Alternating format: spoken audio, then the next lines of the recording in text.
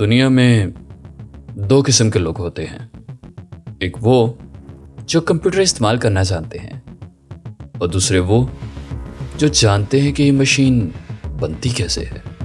आज हम उस दूसरी कैटेगरी में कदम रखने वाले हैं। बना बनाया पीसी तो कोई भी ले सकता है, लेकिन अपने हाथों सिस्टम बिल्ड करने की सेटिस्फैक्शन ही कुछ और है। और आज इस वीडियो में अब्दुल्ला भाई आपको यही प्रोसेस सिखाएंगे। अस्सलाम वालेकुम to everyone, this is Abdullah Zubair from blind head project और उम्मीद करता हूँ कि आप तमाम लोग खैरियत से होंगे। आज की वीडियो बहुत स्पेशल होने वाली है और मैं प्रॉमिस करता हूँ कि इस वीडियो में आपको कुछ ऐसा देखने को मिलेगा जो आज से पहले आपने कभी नहीं देखा होगा। आप सोच रहे होंगे कि ऐसा क्या हो सकता है। वेल, आज की वीडियो में आपको ज़्यादा ना तंग करते हुए, ज़्यादा सस्पेंस ना बढ़ाते हुए बता देता हूँ कि हम एक पीसी बिल्डिंग करेंगे। तो आप सोच रहे होंगे ये कौन सी नई बात है, ये तो हर बंदे कर रहे होते हैं। यहाँ पे स्पेशल बात यह है कि आज से पहले विजुअली इम्पेयर्ड कम्युनिटी में कभी भी किसी भी चैनल पे, चाहे वो इंडिया का हो, पाकिस्तान का हो, नेपाल का हो, बांग्लादेश का हो, साउथ एशिया का कहीं का भी हो या इंटरनेशनल कोई कम्युनिटी का चैनल हो, किसी ने भी पूरी पीसी बिल्ड के ऊपर कभी वीडियो रिकॉर्ड नहीं की। इसका ये मतलब नहीं है कि उनको आता नहीं है। ऑफ कोर्स हमारी कम्युनिटी में बहुत टैलेंटेड लोग मौजूद हैं, मुझसे भी ज़्यादा टैलेंटेड लोग मौजूद हैं, लेकिन वो यूजुअली पब्लिक पे आकर बात नहीं करते। तो मैं अपना एक पर्सनल पीसी बिल्ड कर रहा था। मैंने सोचा कि मैं इस एक्सपीरियंस को आप तमाम लोगों के साथ शेयर करता हूँ। तो विजुअली इम्पेयर्ड लोगों के लिए एक नया एक्सपीरियंस होगा, खासतौर पे उन लोगों के लिए जिनको हार्डवेयर की इतनी ज़्यादा नॉलेज नहीं है, जो ये सोचते थे कि ये काम कैसे हो सकता है और जो इस बारे में हमेशा से क्यूरियस थे। और जो साइटेड फोक्स इस वीडियो को देख रहे हैं उनके लिए भी ज़ाहिर ये एक न्यू एक्सपीरियंस होगा, क्योंकि उन्होंने आज से पहले बहुत से साइटेड लोगों को पीसी बिल्ड करते ज़रूर देखा होगा, लेकिन कभी किसी विजुअली इम्पेयर्ड बंदे को पीसी बिल्ड करते नहीं देखा होगा। Of course I am not alone in this video. मेरे साथ मेरे बहुत सारे हेल्पर्स मौजूद हैं। मेरा छोटा भाई मेरे साथ मौजूद है। My sister is behind the camera. तो my family is always there to support me और इस वीडियो में भी वो मुझे सपोर्ट कर रहे हैं, क्योंकि कैमरा पोजीशनिंग मैं नहीं कर सकता। मदरबोर्ड पे जब कनेक्शंस करने होते हैं तो आपने देखना होता है कि आपने किस वायर को किस पोर्ट के साथ अटैच करना है। तो इन सारी चीज़ों में ये लोग डेफिनेटली मुझे हेल्प आउट करेंगे। बट ऑल इन ऑल मैं आप लोगों को एक गो थ्रू दूंगा, एक ओवरव्यू दूंगा और जो जो पॉसिबल हुआ वो सारे एरियाज को हम इसमें ज़रूर कैप्चर करेंगे कि ये काम कैसे होता है और इसमें क्या क्या किया जाता है और क्या क्या चीज़ें नहीं की जाती हैं, किन चीज़ों को अवॉइड करना चाहिए। ऑलराइट, हम आगे चलते हैं और अपने पीसी की बिल्ड की तरफ जाते हैं, लेकिन उससे पहले मैं आपको ये बता दूं कि हम क्या बिल्ड करने वाले हैं। आज की जो हमारी बिल्ड है that is based on Ryzen processor. और इससे पहले कि मैं आपको तमाम कंपोनेंट्स के बारे में बताऊं या दिखाऊं, जो भी आप उसको कह लें, मैं आपको ये भी बताना चाहूँगा कि मैंने ये जो कंपोनेंट्स हैं वो कहाँ से सोर्स किए हैं, ताकि अगर आपने या आपके किसी करीबी इंसान ने कंपोनेंट्स लेने हो तो आपके पास एक ट्रस्टेड सेलर मौजूद हो। And of course this is not a sponsor video. उन्होंने मेरे साथ बहुत ज़्यादा कोऑपरेट किया था, so I am like mentioning them here. अच्छा, मैंने जो कंपोनेंट्स लिए हैं उसमें मेनली दो वेंडर्स शामिल हैं, जिसमें सबसे पहले इनजी कंप्यूटर्स, ये हैदराबाद में होते हैं, शामिर भाई। मैं इनका कॉन्टैक्ट इन्फॉर्मेशन शेयर कर दूंगा वीडियो के डिस्क्रिप्शन में। And secondly MHK take zone Karachi, ये हमारे भाई हैं और मैंने बहुत सारा सामान इनसे भी परचेज़ किया है और इन्होंने मुझे बहुत अच्छे तरीके से, बहुत अच्छे रेट्स पे और बहुत अच्छी गाइडेंस के साथ, even I being a visually impaired मुझे प्रॉब्लम होती है जब मैं किसी रिमोट सेलर के साथ कांटेक्ट कर रहा होता हूँ, बट उन्होंने बहुत अच्छे से मुझे गाइड किया, ट्रीट किया। सो डेफिनेटली अगर आपको कराची में या इवन कराची से बाहर भी कोई चीज़ चाहिए तो you can check them out. मैं उनकी इन्फॉर्मेशन भी डिस्क्रिप्शन में मैंशन कर दूंगा। और जी, मैं आपको जल्दी बता देता हूँ कि हमने इस बिल्ड के लिए क्या क्या चीज़ें ली हैं। सबसे पहले ये हमारे पास मदरबोर्ड है गीगाबाइट का, और अगर मैं आपको इसका मॉडल बताऊँ तो ये है गीगाबाइट का B450M DS3H V2 और ये एक माइक्रो ATX मदरबोर्ड है, 4 RAM स्लॉट्स के साथ आता है। It's a good motherboard for moderate use, because हम लोग एक बजट बिल्ड बना रहे हैं, सो उसके हिसाब से ये इट्स अ गुड चॉइस। अच्छा, उसके बाद हमारे पास प्रोसेसर आ जाता है, दैट इज़ AMD Ryzen 3600 और ये आता है आपका 6 कोर्स एंड 12 थ्रेड्स के साथ, which is equivalent to like, अगर मैं आपको इंटेल के मुकाबले पे बताऊं तो i5 9 generation and i5 10 generation को भी बीट करता है इन सम टेस्ट। अच्छा, उसके अलावा जो रैम्स मैं इसमें यूज़ कर रहा हूँ वो ओला की ARGB रैम है 3600 मेगाहर्ट्ज़ की, और ये 2 स्टिक्स हैं मेरे पास। 8 GB ईच DDR4। इसके अलावा जो इसमें NVMe मैंने यूज़ करनी है that is western digital WD की SN520 256 GB। इसके अलावा हमारे पास ये पावर सप्लाई है और ये आती है डार्क फ्लैश की तरफ से। डार्क फ्लैश की आईगो वॉरक्राफ्ट सीरीज़ है ये WS700 और ये 700 वॉट्स की पावर सप्लाई है। And the best part is this came with a 80+ gold certification. अब ये क्या होती है ये मैं आगे चल के आपको थोड़ा सा इस पे ओवरव्यू दे दूंगा ताकि अगर किसी को नहीं पता तो उनको भी आइडिया हो जाए। उसके अलावा ये एक कूलर है CPU के लिए जो हमने लिया है which is coming from Dragon and 1026 I believe इसका मॉडल है, ड्रैगन वेव V2। अब रह गया finally case, so let me show you that as well. अच्छा जी, ये है हमारा केस और ये आता है गेम मैक्स की तरफ से। मॉडल की अगर हम बात करें तो ये है Draco XD which is of course a gaming case, क्योंकि ये जो बिल्ड है मैं चाहता था कि मैं इसको थोड़ा सा गुड लुकिंग बनाऊं क्योंकि मुझे पर्सनली टेम्पर्ड ग्लास काफ़ी पसंद है और इस केस में टेम्पर्ड ग्लास का काफ़ी अच्छा इस्तेमाल किया गया। इसका जो फ्रंट पैनल है वो भी और जो इसका साइड पैनल है दोनों आपको टेम्पर्ड ग्लास में मिलते हैं। न सिर्फ ये बल्कि इसमें आपको ARGB फैंस भी मिलते हैं और इसमें इस वक्त तकरीबन 5 फैंस इंस्टॉल्ड हैं केस के अंदर।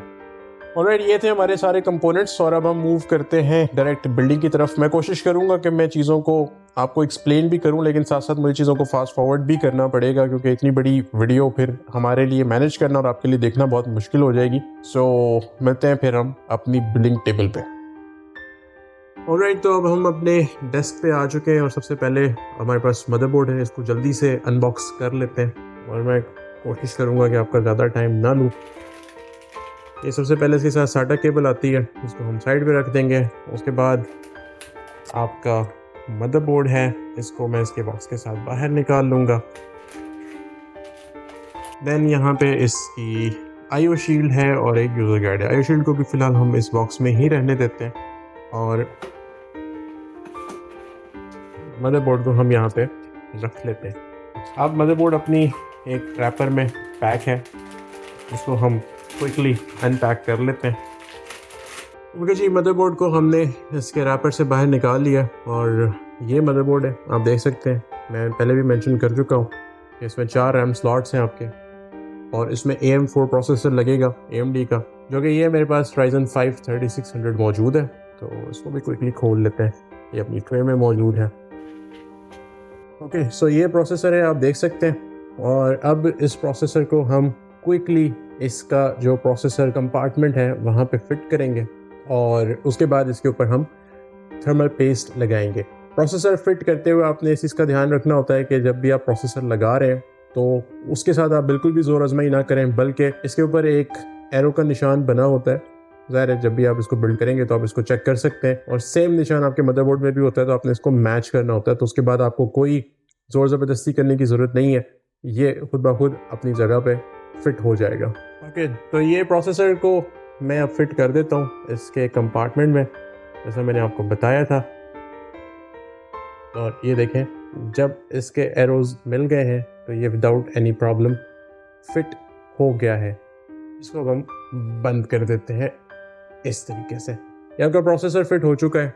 अब इस पर हमें थर्मल पेस्ट लगानी है और थर्मल पेस्ट लगाने का जो आसान तरीका है वो ये होता है कि आप अपने प्रोसेसर चिप के बीच में एक छोटा सा डॉट लगाएंगे थर्मल पेस्ट का, जिसे आप समझ सकते हैं चावल के दाने के बराबर या मटर के दाने के बराबर, और उसके बाद आप उस पर अपना कूलर फिट कर देंगे। तो मैं वीडियो को शॉर्ट रखते हुए क्विकली ये काम करके फिर वापस आता हूँ। ओके जी, प्रोसेसर के ऊपर थर्मल पेस्ट हमने अप्लाई कर ली है और अब ये मेरे पास कूलर है जो मैं आपको शुरू में भी दिखा चुका हूँ। अब इसको हम इंस्टॉल करेंगे। ये देखें जी, ये ARGB कूलर है और इसका जो ये है हीट सिंक, ये पूरा का पूरा कॉपर का है। और इसको अब जल्दी से प्रोसेसर के ऊपर फिट करते हैं और फिर मिलते हैं।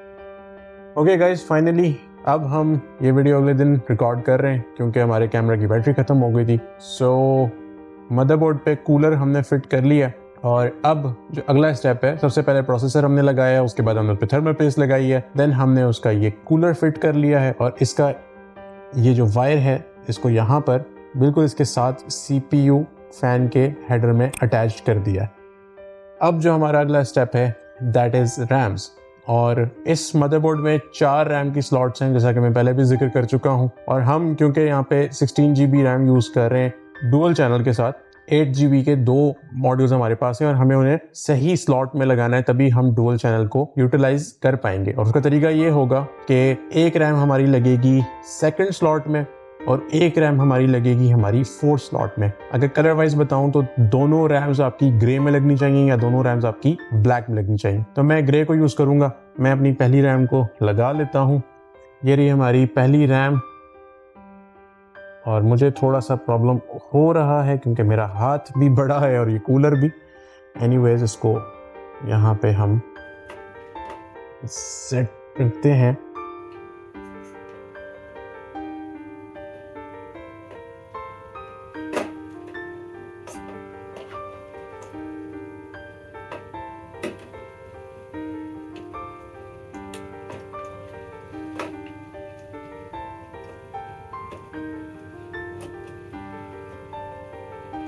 इसको फिट करने के बाद इसको हल्का सा प्रेस करना होता है। एक लॉक हो गया और अब ये नीचे से दूसरा लॉक हो गया। एक स्लॉट में हमारी रैम स्टिक लग चुकी है। अब मैं दूसरी रैम लगा लेता हूँ जो कि हमारी फोर्थ वाली स्लॉट में लगेगी, यानी बीच में हमने एक का गैप छोड़ना है।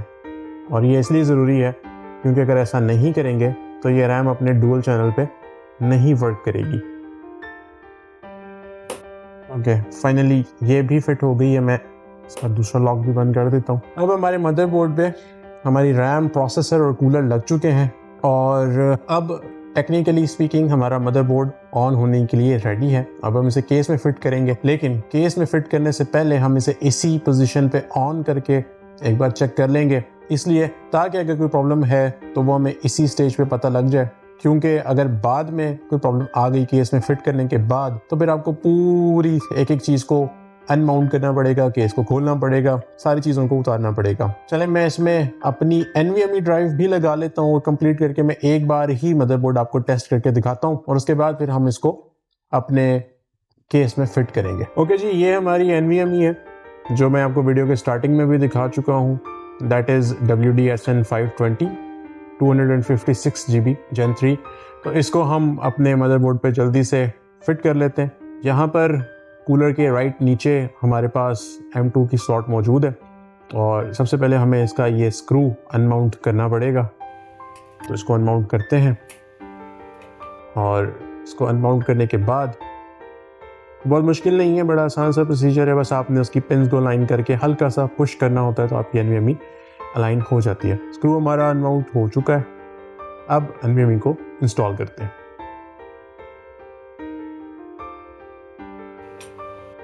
देखिए, आपने इसको यहाँ पे रखना है और रखने के बाद आप इसको बस हल्का सा प्रेस करेंगे तो ये लॉक हो जाएगी। अच्छा जी, ये लॉक हो जाने के बाद आपकी जो NVMe है वो इस तरीके से ऊपर उठ जाएगी। अगर आप इसे ये स्क्रू वापस नहीं लगाएंगे तो हम इस स्क्रू को दोबारा से टाइट कर देते हैं ताकि ये अपनी जगह पे फिट हो जाए।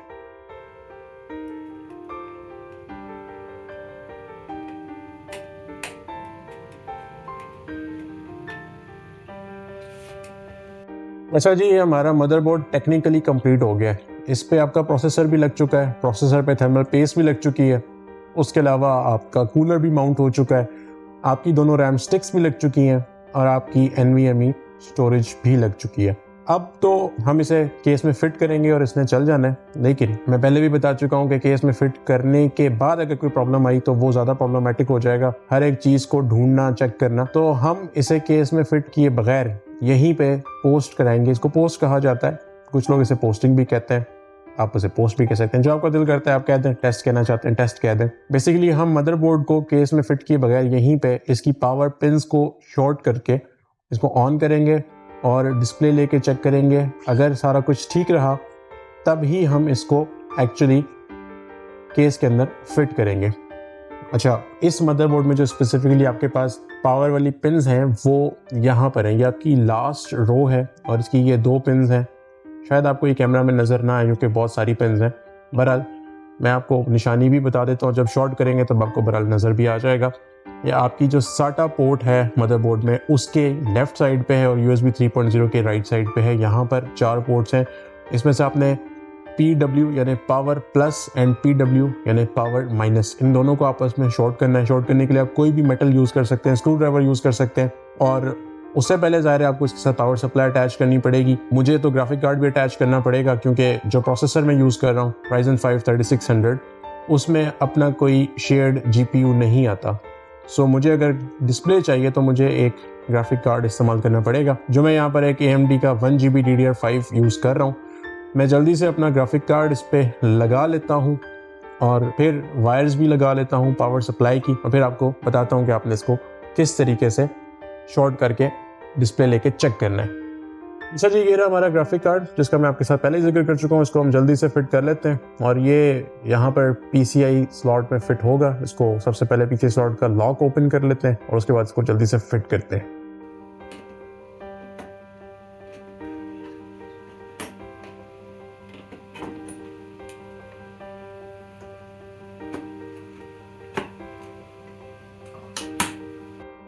अच्छा जी, ग्राफिक कार्ड लग गया और अब हमारा स्टेप आता है इसको पावर देने का। और पावर देने के लिए ज़ाहिर है मुझे पावर सप्लाई चाहिए। ये हमारी पावर सप्लाई है, मैं इसके बारे में आपको शुरू में बता चुका हूँ। ये डार्क फ्लैश की तरफ से आती है और ये वॉरक्राफ्ट सीरीज़ है। इसका नाम है आईगो WS700 और ये 700 वाट्स की पावर सप्लाई है और ये पावर सप्लाई 80+ गोल्ड सर्टिफिकेशन के साथ आती है।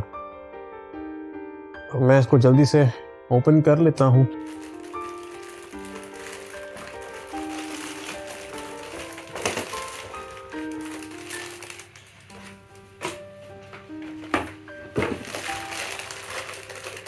इसमें बहुत सारे तार हैं और अब मुझे इन सबको ठीक भी करना पड़ेगा।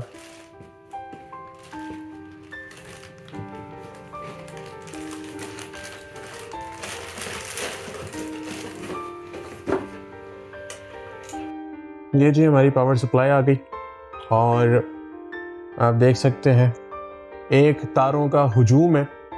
और अब मैं जल्दी से वीडियो को यहाँ से फास्ट फॉरवर्ड करता हूँ और इसमें से मैं 2 पिन इस्तेमाल करूंगा। एक 8 पिन प्रोसेसर को पावर देने के लिए, CPU के लिए, और एक 24 पिन मदरबोर्ड को पावर देने के लिए। तो मैं जल्दी से इसके कनेक्शंस करता हूँ और फिर आपको बताता हूँ।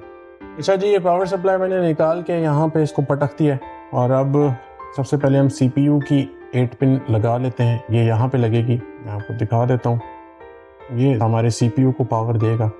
ये बड़ी इंपॉर्टेंट वायर होती है। ये मैंने लगा दी है यहाँ पर। उसके बाद ये सबसे बड़ी 24 पिन्स इसने यहाँ पे लगना है। ये आपके ओवरऑल मदरबोर्ड को पावर करता है, तो इसको भी मैं जल्द से जल्द यहाँ पे लगा देता हूँ।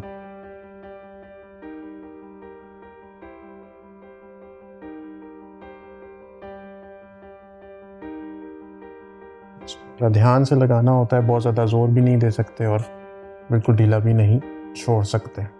ओके, दोनों पिन्स हमारी फाइनली अच्छे से लग गई हैं, लॉक हो गई हैं। अब हमें पावर सप्लाई को पावर देनी है। इस ग्राफिक कार्ड से एक डिस्प्ले वायर लेके अपने स्क्रीन पे लगानी है और उसके बाद इसको शॉर्ट करके ऑन करना है। तो मैं जल्दी से स्क्रीन सेट कर लेता हूँ और पावर सप्लाई को करंट दे देता हूँ और उसके बाद फिर जब हम रेडी टू गो स्टेट में आ जाएंगे मैं फिर वहाँ से आपको दिखाऊंगा हमने इसको शॉर्ट किस तरह से करना है और फिर इसका डिस्प्ले आता है या नहीं आता। अच्छा जी, फाइनली हमने स्क्रीन सेट कर ली है और पावर सप्लाई लगा दी है, इसके कनेक्शन लगा दिए। मैं पावर सप्लाई को जल्दी से लगा देता हूँ। पावर दे दिया है मैंने इसको और अब हम इसको शॉर्ट करते हैं।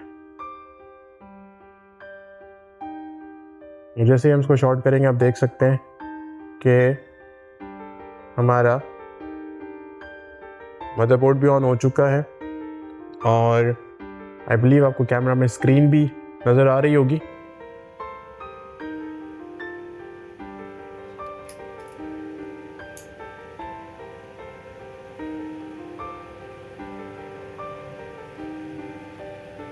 अच्छा जी, फाइनली हमारा जो PC है वो बूट हो चुका है और अब आप देख सकते हैं कि हम बायोस में मौजूद हैं अपने इस मदरबोर्ड की। तो जल्दी से मैं सिस्टम इंफॉर्मेशन डायलॉग ओपन करता हूं ताकि मैं आपको दिखा दूं कि जो चीज़ें हमने लगाई हैं वो यहाँ पे शो कर रहा है। देख सकते हैं जो CPU है वो ऑलरेडी रनिंग ऑन 3.6 गीगाहर्ट्ज़। यहाँ पे हमारी मेमोरी भी शो कर रही है आप रैम को अगर देखेंगे तो वो 16 GB है, यही हमने इसमें रैम इंस्टॉल की थी। सो हमारा जो टेस्ट था वो सक्सेसफुल हो गया है और अब ये मदरबोर्ड पूरी तरीके से केस में फिट होने के लिए रेडी है। तो मैं जल्दी से इन सारी चीज़ों को यहाँ से समेटता हूँ और केस लाता हूँ, फिर आपसे मिलता हूँ।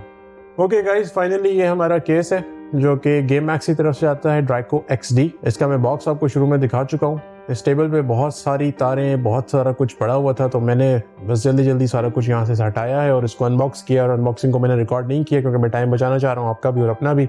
तो वीडियो में आपको ये नज़र आ रहा है, इसके फ्रंट पे ग्लास पैनल है और इट्स अ टेम्पर्ड ग्लास, यानी ये प्रॉपर कांच है, ये कोई प्लास्टिक की शीट नहीं है। और इसका जो साइड पैनल है वो भी पूरा का पूरा टेम्पर्ड ग्लास का है। इसके फ्रंट पे 3 ARGB फैंस हैं और 2 फैंस इसके टॉप में लगे हुए हैं अंदर वाली साइड पे, और एक फैन इसकी बैक पे लगा हुआ है।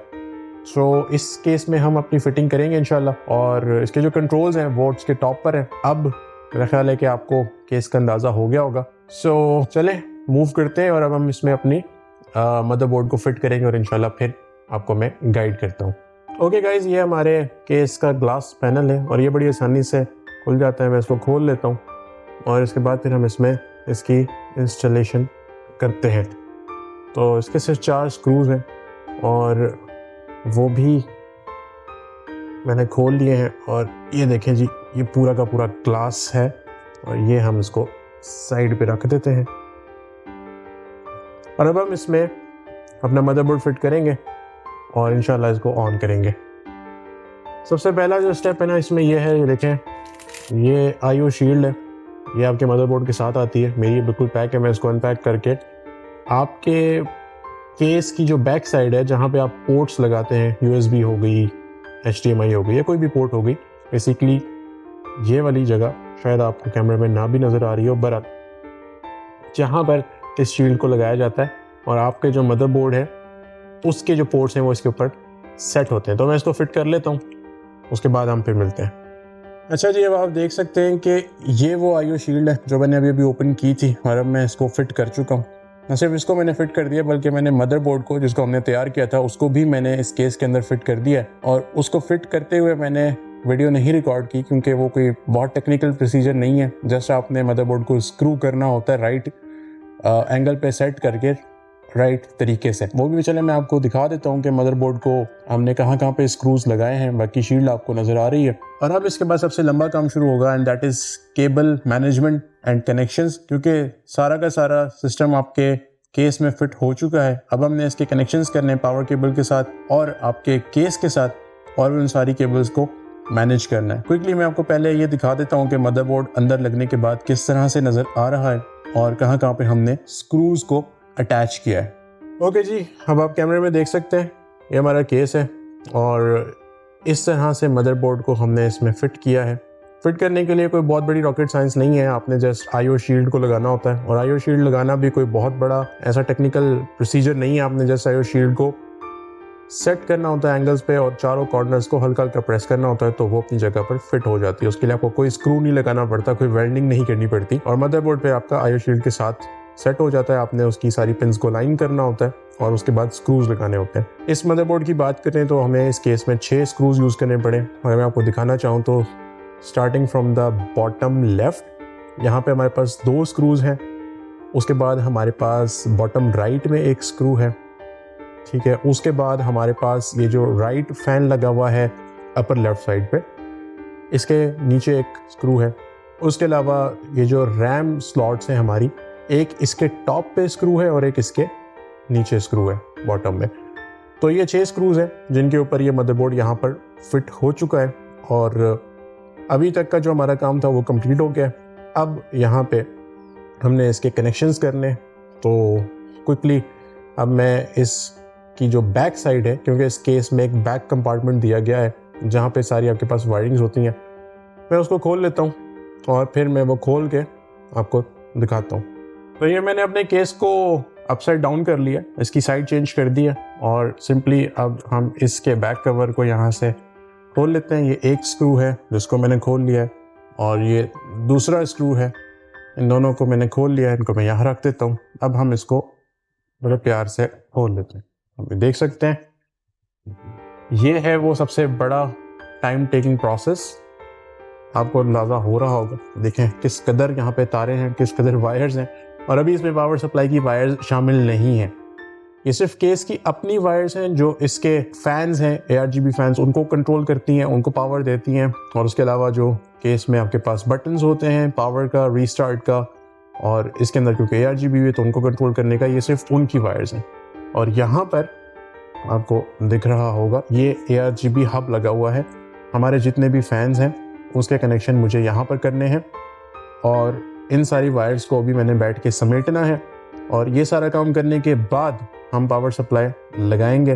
तो मैं अब इन तारों को समेट लेता हूँ, उसके बाद हम मिलते हैं, and wish me good luck for that. Okay guys, finally आप कैमरा में देख सकते हैं कि यहाँ पे अभी भी एक मेस क्रिएटेड है, लेकिन इन सारी चीज़ों को हमने समेट दिया है जिस हद तक हम समेट सकते थे। और ये हमारा ARGB हब आ गया है, और यहाँ पे सारे कनेक्शंस मैंने कर दिए हैं।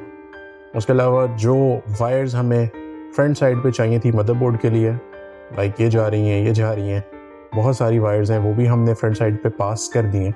तो अब हम इस कंपार्टमेंट को क्लोज करेंगे और फ्रंट साइड पे चलेंगे, और वहाँ पे अपनी इंपॉर्टेंट वायर्स को मदरबोर्ड के साथ कनेक्ट करेंगे। अच्छा जी, मुझे याद आ गया कि पावर सप्लाई भी तो हमने इसमें फिट करनी है, वो तो अभी तक हमने की ही नहीं। और अगर मैं इसका बैक कंपार्टमेंट बंद कर दूंगा तो फिर पावर सप्लाई के लिए हमें दोबारा से बैक कंपार्टमेंट ओपन करना पड़ेगा। तो पहले हम पावर सप्लाई को फिट करते हैं, उसके बाद हम एक साथ केस के और पावर सप्लाई के कनेक्शन मदरबोर्ड के साथ करेंगे। तो अभी हम अपनी इस पावर सप्लाई को इस केस में लगा देते हैं। इसमें टाइम शायद थोड़ा सा लगेगा मुझे, बट चले मैं इसको आपके सामने लगा रहा हूँ टाइट में इसको करके, फिर आपके पास वापस आता हूँ। ओके गाइस, फाइनली हमने जो है वो पावर सप्लाई को सेट कर लिया है, और अब हम तैयार हैं अपने केस की स्पेसिफिक वायर्स को उस बोर्ड के साथ कनेक्ट करने के लिए। लेकिन उससे पहले मैं आपको बताता चलूँ कि हमने मदरबोर्ड में अभी तक 2 वायर्स को अटैच कर लिया है, और वो 2 वायर्स आपको मैं पहले भी दिखा चुका हूँ वीडियो में। पहली वायर है CPU की 8 पिन, जो आपको इस वक्त कैमरा में शायद ना नज़र आ रही हो क्योंकि उसके ऊपर कूलर आ गया। और जो दूसरी वायर है वो आपकी सबसे बड़ी 24 पिन वाली मदरबोर्ड की पिन है, जो आपको यकीनन नज़र आ रही होगी। और इन दोनों पिन्स को हम शुरू में भी मदरबोर्ड पे लगा के सॉर्ट करके कंप्यूटर को ऑन करके देख चुके हैं। तो अब हम स्टार्ट करते हैं अपनी जो केस की वायर्स हैं उनको, और वो हम स्टार्ट करेंगे USB 3.0 से। सबसे पहले हम USB 3.0 की केबल अटैच करेंगे। ये जो आपके केस के फ्रंट के ऊपर USB 3.0 की पोर्ट है उसकी पिन है। ओके जी, USB 3.0 हमारी फाइनल हो चुकी है। अब हम मूव करेंगे इसकी राइट साइड पे। अगर आपको नज़र आ रहा हो कैमरे में तो यहाँ पे लिखा हुआ भी है F पैनल, यानी ये जो फ्रंट पैनल है उसके रिलेटेड पिन्स हैं। ये सेम वही पैनल है जहाँ से हमने पावर पिन्स को सॉर्ट करके मदरबोर्ड को स्टार्टिंग में ऑन किया था। अब यहाँ पे सबसे पहले हम जो पिन्स लगाएंगे वो पावर LED की प्लस एंड माइनस है। उसके बाद इसके जस्ट नीचे HDD LED की आपको पिन्स मिलती हैं, हम उन्हें अटैच करेंगे। ये आपकी हार्ड ड्राइव एक्टिविटी के रिलेटेड अगर कोई लाइट अवेलेबल होती है केस में तो वो शो करता है यहाँ पर। और अब हम अटैच करेंगे अपनी पावर स्विच की केबल सेम जगह पे जिसको हम शॉर्ट करके स्टार्टिंग में अपने मदरबोर्ड को ऑन भी कर चुके हैं। और पावर के बाद हमारे पास आता है रीस्टार्ट स्विच यानी रीस्टार्ट बटन। तो अब पावर के राइट बिलो यानी जस्ट नीचे हमारे पास रीस्टार्ट वाली पिन्स हैं, हम उनको अटैच कर लेते हैं। ओके, हमारे पास जो फ्रंट पैनल की पिन्स हैं वो कंप्लीट हो गई हैं। अब हम लगाएंगे अपनी USB 2.0 को, और वो आपके लेफ्ट साइड पे मौजूद है USB 3.0 के। यहाँ पे 2 हमारे पास ऑप्शंस हैं, USB 1 एंड 2। अगर आप दोनों लगाना चाहते हैं तो दोनों लगा सकते हैं। मेरे पास क्योंकि एक 3.0 का जैक है और एक 2.0 का, तो मैं 2.0 जो है वो USB 1 में अटैच कर देता हूँ। और अब हम मूव करते हैं बिल्कुल कॉर्नर में लेफ्ट साइड पे। यहाँ पे हमारे पास F ऑडियो का जैक मौजूद है, इसमें हम ऑडियो का कनेक्शन लगा लेते हैं। ये आपके केस पे जो फ्रंट पे पोर्ट्स होती हैं उनको पावर करता है। ओके जी, ऑडियो के बाद अब हम मूव करते हैं मोस्ट प्रोबेबली हमारे फाइनल कनेक्शन पे, दैट इज सिस्टम फैन 1, और ये आपको आपके CPU कूलर के बैक साइड पे मिल जाता है। यहाँ पे अटैच कर लेते हैं इसको। ओके जी, टेक्निकली अब हम बिल्कुल तैयार हैं अपने PC को ऑन करने के लिए, और सारे कनेक्शंस हो चुके हैं केस और पावर सप्लाई कनेक्ट हो चुकी है मदरबोर्ड के साथ। सिर्फ लास्ट स्टेप रह गया है, दैट इज़ ग्राफिक कार्ड। क्योंकि मैंने आपको बताया था शुरू में कि इस प्रोसेसर पर डिस्प्ले लेने के लिए आपको ग्राफिक कार्ड की ज़रूरत होती है। तो वही ग्राफिक कार्ड जो हमने स्टार्टिंग में मदरबोर्ड पर डायरेक्ट लगाया था, हम उसको इंस्टॉल कर लेते हैं। सबसे पहले मैं इसका लॉक अनलॉक करूँगा PCIe 16 स्लॉट का। अब हम इसको फिट कर लेते हैं यहाँ पे। ओके जी, ग्राफिक कार्ड फाइनली इंस्टॉल हो गया है। अब हम इसको जल्दी से स्क्रूज वगैरह को टाइट कर लेते हैं और फिर मैं आपके पास वापस आऊँगा और इंशाल्लाह अब हम PC को ऑन करेंगे और सारा कुछ ऑन हो जाएगा, मैं आपको शो भी करूँगा। ओके गाइस, फाइनली वो पॉइंट आ गया जिसका मुझे भी बड़ा बेसब्री से इंतज़ार था और आप तमाम लोगों को भी। अब मैं इस PC को फाइनली क्लोज कर चुका हूँ सारे स्क्रूज वगैरह लगा के। अब मैं इसमें पावर केबल लगाता हूँ और इंशाल्लाह हम पावर बटन प्रेस करेंगे केबल के बाद। उम्मीद है कि सब कुछ ठीक रहेगा और ये इंशाल्लाह ऑन हो जाएगा।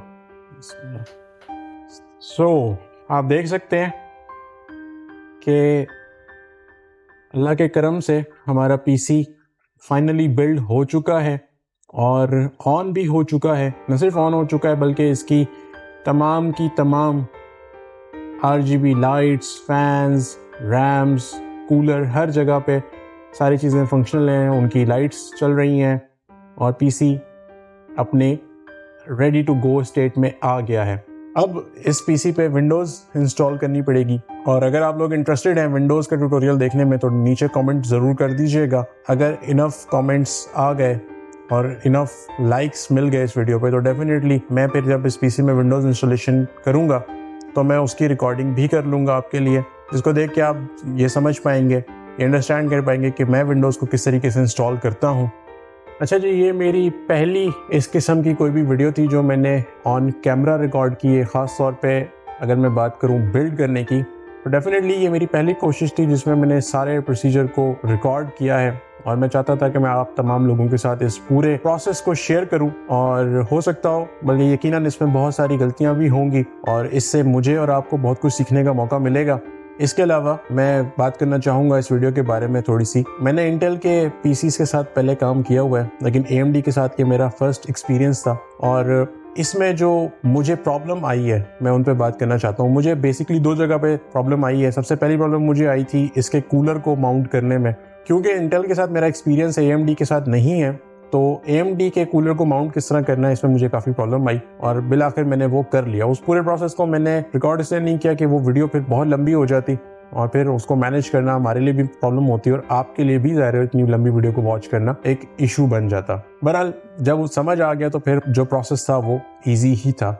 अगर किसी को उस स्पेसिफिक हवाले से कोई क्वेश्चन है तो आप पूछ सकते हैं, मैं डेफिनेटली रिस्पॉन्ड कर दूंगा कमेंट्स में। सेकंड जो मुझे प्रॉब्लम आई है वो वायर मैनेजमेंट के हवाले से थी। बेसिकली मुझे इस चीज़ में प्रॉब्लम नहीं है कि किस वायर ने कहाँ लगना है, बल्कि मुझे इस चीज़ में प्रॉब्लम आई कि इतनी सारी वायर्स हैं, इनको मैनेज कैसे करना है। और कोई एक ऐसी चीज़ जो PC बिल्ड करने के बाद मेरे माइंड में आई है, जो मैंने लर्न की कि यार अगर मैं ये काम पहले कर लेता तो मुझे आसानी होती। तो मेरा ख्याल में कि जो PSU है यानी पावर सप्लाई है वो अगर मैं मॉड्यूलर ले लेता यानी ऐसी पावर सप्लाई ले लेता जिसके वायर्स डिटैच हो जाते जिनकी मुझे ज़रूरत ना होती तो मेरी जो वायर मैनेजमेंट थी वो काफ़ी आसान हो जाती। ऑल्दो जो पावर सप्लाई मैंने ली है वो एक बहुत अच्छी पावर सप्लाई है, वो 80+ गोल्ड की सर्टिफिकेशन के साथ आती है। वैसे मैंने आपको ये भी बताया था कि 80+ गोल्ड की सर्टिफिकेशन क्या होती है मैं आपको बताऊंगा। मैं बहुत ज़्यादा डिटेल में नहीं जाता लेकिन शॉर्टली बता देता हूँ कि पावर सप्लाई का एक बहुत इंपॉर्टेंट रोल होता है हमारे कंप्यूटर यूसेज के अंदर।